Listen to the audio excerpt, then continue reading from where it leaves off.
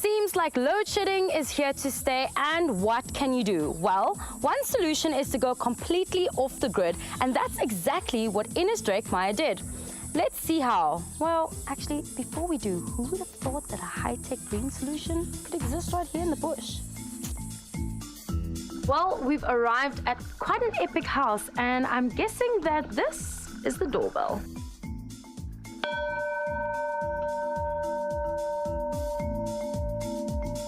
Hello. Hi, hello, Inus. Hello.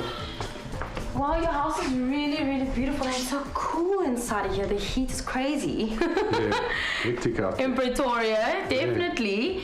So your house looks pretty normal, but it's quite special in that it doesn't function like every other household does. Yeah, it basically does function like any other house. There's no radical difference to that. We use all the same devices, and we live the same lifestyle and do the same things as everybody else would do. We just power it differently. So that's the thing. It's just powered differently. Simple. Awesome, and I'd love to hear more about how this all comes together. So shall we? Yeah, we can have a stroll through the house and you can see what everything looks like, and then we can move on to the way we do it. Love it. Correct. So this is the fireplace, and that's what we use for heating. It's sufficient heating for us. And then we have an old wooden stove that in the winter it's great to use because it's very nice to cook on, plus adds additional heat from the wood fire inside. And I'm sure a good old hot chocolate would go down very well in winter from that stove. Yeah, sure. So Inus, while you don't really need your power utility and you are generating your own electricity, I am sure that you take a few measures to keep the voltage and the consumption low in your home.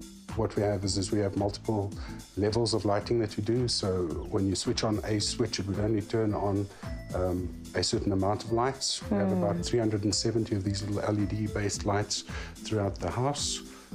So if we want more lighting at certain occasions, then we would switch on more of those. So Inus, we're actually moving towards the heart of where the power comes from to your house. And just from the outside, I can see that there's some serious photovoltaic array of panels waiting to greet us. They move. How does that actually make it more effective? For the photovoltaic panels to function at optimal performance, they need to be perpendicular to the sun. So what we do is in the morning we turn the panels so that they face east and as vertical as possible. And then slowly during the day we rotate them from east to west and change the pitch to more horizontal. So by adding this process, we simply add roughly 40% to the amount of energy that we collect. Awesome. So let's get into the actual machine that is ahead of us and see exactly what powers up the house. This stands out as a super-sized circuit board to me. So how does this actually all come together and function? Well, from the photovoltaic array, we feed these MPPTs, which basically match the batteries to the solar panels and protects your batteries from overcharges and being discharged to a point where they can be damaged. Right, okay, so from the control to the actual batteries, shall we go? Yeah, sure. Now, we're surrounded by large yellow batteries, but if you're actually in this room, you'll hear that there's quite a serious bubble going on as well. Do explain. But during the charging process of batteries, they release a gas, and that's basically like a boiling kettle, releasing the steam out of the kettle. So you have the same effect, and you smell. There's a bit of a smell in the room as well, and that's the process of charging the plates within the battery to a potential difference that then stores the energy. So basically, we have two banks of batteries. Each battery bank is a 800 amp hour set. At 48 volts. So Inus, the batteries is not where it stops. You actually have a few other gadgets up your power sleeves to show us. To have a normal household, you need to run a conversion device that actually converts the battery voltages into normal electricity, as everybody would know. Okay, and that's what we see down here. And this is a inverter that does that for you.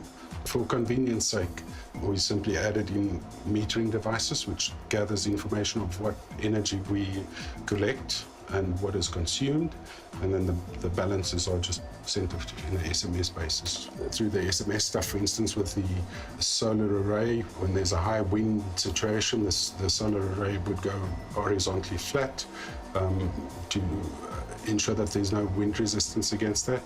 And basically what it then does is it warns you as well and says, but it's in this position where it's not gathering energy at an optimal level. While I can sense that you've got a serious system going here, I also sense that you're very, very aware of still conserving power as much as you can and being as sensible as you can with it. And I love that. So here's to going green and being off the grid.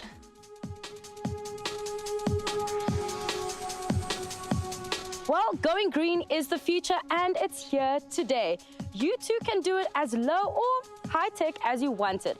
Hop online for all the solutions to start your green journey at edge.htxt.co.za. That's it from me. Stay in touch and stay on the edge. #8edge.